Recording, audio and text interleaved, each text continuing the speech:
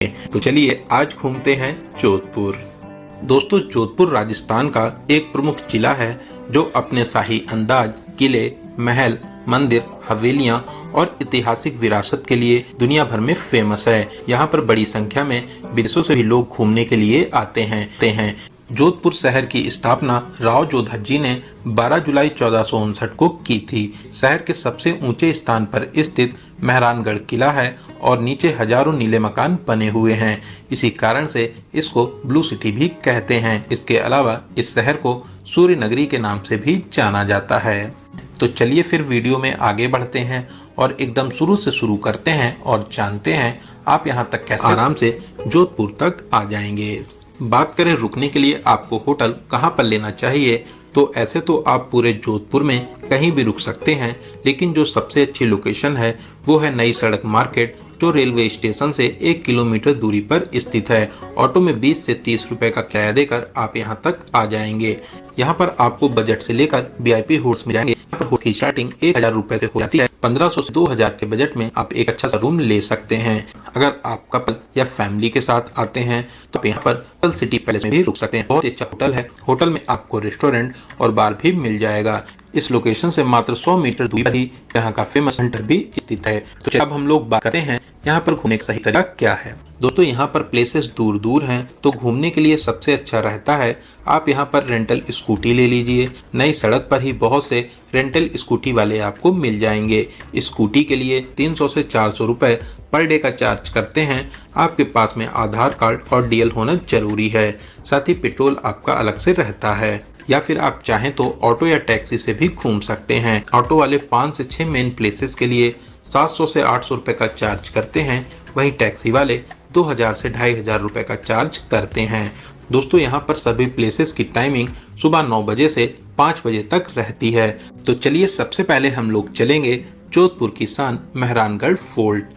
दोस्तों, मेहरानगढ़ किला देश के सबसे बड़े किलों में से एक है, जो 410 फीट ऊंची पहाड़ी पर स्थित है। यहाँ पर 200 रुपए का एंट्री टिकट है और 50 रुपए लिफ्ट का टिकट रहता है। ऊपर तक जाने के लिए बहुत ज्यादा चढ़ाई है, तो लिफ्ट से जाना अच्छा रहता है। तो लिफ्ट से किले के सबसे ऊपरी भाग पर आ जाएंगे। यहाँ पर जोधपुर सिटी के बहुत ही शानदार नज़ारे देखने को मिलते हैं। दोस्तों, दुर्ग और राजधानी को ज्यादा सुरक्षित करने के लिए राव जोधाजी ने 1459 में इस विशाल किले का निर्माण कराया था। किले में आप बहुत सी ऐतिहासिक चीजों को देख पाएंगे। यहाँ पर आप शीश महल, स्वर्ण महल, म्यूजियम, शाही हथियार, सोने की परत से बनी पालकी के साथ साथ बहुत कुछ देखने और जानने को मिलेगा।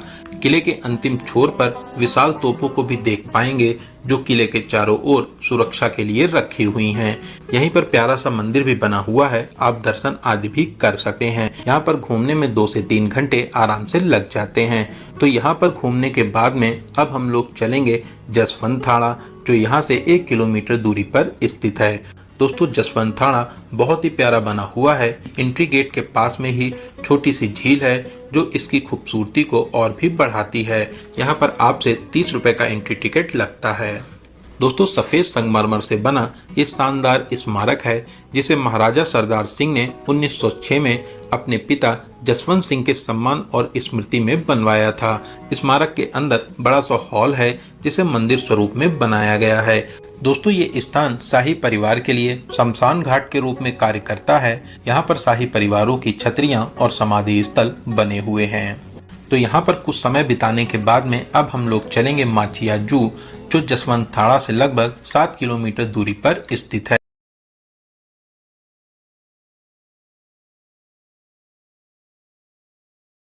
रॉक गार्डन है, आप यहाँ पर भी घूमने जा सकते हैं। ये भी यहाँ का ऐतिहासिक स्मारक है। आप इसके अंदर जाकर बहुत सी जानकारियाँ प्राप्त कर सकते हैं।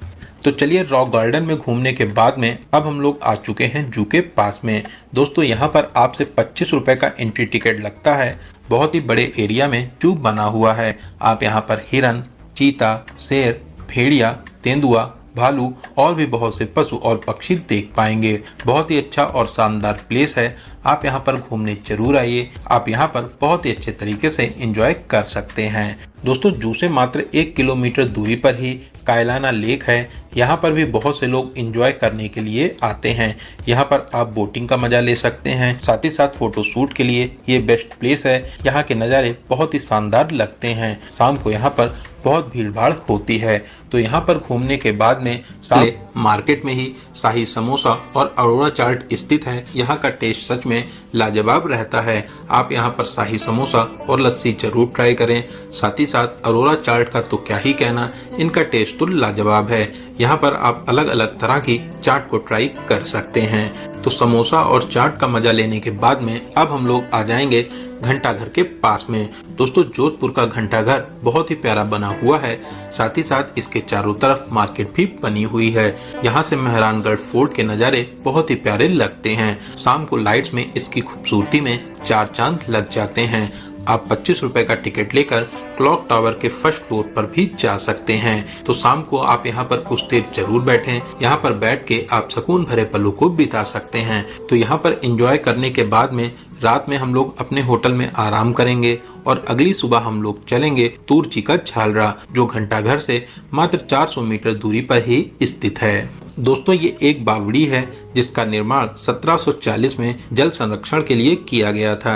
ये बावड़ी 200 फीट से अधिक गहरी है। आप सीढ़ियों के माध्यम से नीचे भी जा सकते हैं। बहुत ही आकर्षक शैली में ये बावड़ी बनी हुई है। आप यहाँ पर बैठकर मछलियों को देखते हुए सुकून भरे पलों को बिता सकते हैं। दोस्तों बहुत ही अच्छा और शानदार प्लेस है। आप अपनी लिस्ट में इस प्लेस को जरूर शामिल करें। तो चलिए यहाँ पर घूमने के बाद में अब हम लोग चलेंगे गुलाब सागर, जो यहाँ से कुछ ही दूरी पर स्थित है।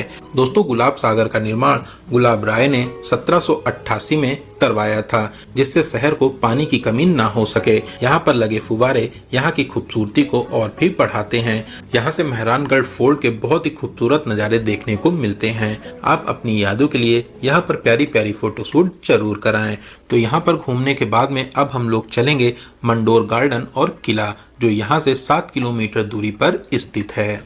दोस्तों मंडोर गार्डन एक ऐतिहासिक और धार्मिक स्थल है, जिसको 6वीं शताब्दी के आसपास बनवाया गया था। यहाँ पर आपसे 10 रुपए का एंट्री टिकट और 10 रुपए टॉय ट्रेन के लिए पड़ता है। टॉय ट्रेन से आप गार्डन को पार कर एकदम लास्ट में काला गोरा भैरव जी मंदिर के पास तक आ जाएंगे। दोस्तों आप यहाँ पर मंदिर में दर्शन आदि कर सकते हैं। साथ ही पास में ही चनाना महल है, जहाँ पर बहुत ही प्यारा म्यूजियम बना हुआ है। यहाँ पर आप बहुत सी अनमोल प्राचीन चीजों को देख पाएंगे। दोस्तों अगर आप मंडोर किले तक जाना चाहते हैं तो सीढ़ियों के रास्ते से होते हुए काफी ऊंचाई पर स्थित मंडोर किले तक भी जा सकते हैं। जोधपुर की स्थापना से पहले यही मारवाड़ की राजधानी हुआ करती थी। पूरा शाही परिवार यही किले में रहा करता था। दोस्तों मंडोर गार्डन में बहुत से प्राचीन मंदिर भी स्थापित हैं। ऐसी मान्यता है यहीं पर रावण और मंदोदरी का विवाह भी हुआ था। आप यहाँ पर गार्डन में बहुत ही अच्छे से घूम सकते हैं। साथ ही साथ जोधपुर की यादों के लिए अपनी प्यारी प्यारी फोटोशूट जरूर कराएं। तो यहाँ पर घूमने के बाद में अब हम लोग चलेंगे उमैद भवन पैलेस, जो यहाँ से लगभग 10 किलोमीटर दूरी पर पहाड़ी पर स्थित है। दोस्तों आपसे यहाँ पर 60 रुपए का एंट्री टिकट लगता है। ये विशाल महल दुनिया के सबसे बड़े निजी आवासों में से एक है। महल के एक हिस्से में होटल ताज भी है। दोस्तों महाराजा उमैद सिंह ने अकाल से पीड़ित हजारों किसानों को रोजगार देने के लिए सन 1929 में इस भव्य महल की नींव रखी, जो 15 सालों में बन के तैयार हो पाया। दोस्तों महल के अंदर यहाँ पर म्यूजियम भी बना हुआ है, जहाँ पर आप बहुत सी शाही चीजों को देख पाएंगे। यहाँ पर आप बेशकीमती ज्वेलरी, बर्तन, शाही दरबार, एक से एक शानदार घड़ियां और बहुत कुछ देखने और जानने को मिलेगा। वहीं टिकट काउंटर के पास में ही बग्गी खाना है, जहां पर रॉयल कार कलेक्शन देखने को मिलता है। यहां पर आप बहुत ही वीआईपी और लग्जरी कार के कलेक्शन को देख सकते हैं। तो यहां पर 1 से 2 घंटे घूमने के बाद में अब हम लोग वापसी करेंगे। रास्ते में बहुत ही प्राचीन पिपलेश्वर महादेव मंदिर भी है। आप यहां पर दर्शन आदि कर सकते हैं। दोस्तों बहुत ही सिद्ध और अलौकिक मंदिर है, आप यहाँ पर दर्शन जरूर करें। तो दोस्तों इन सभी प्लेसेस को कवर करने के बाद में शाम को आप अपने घर के लिए वापसी भी कर सकते हैं। तो चलिए बात करते हैं यहाँ पर आने का सबसे अच्छा समय कौन सा रहता है। दोस्तों आप अक्टूबर से अप्रैल तक कभी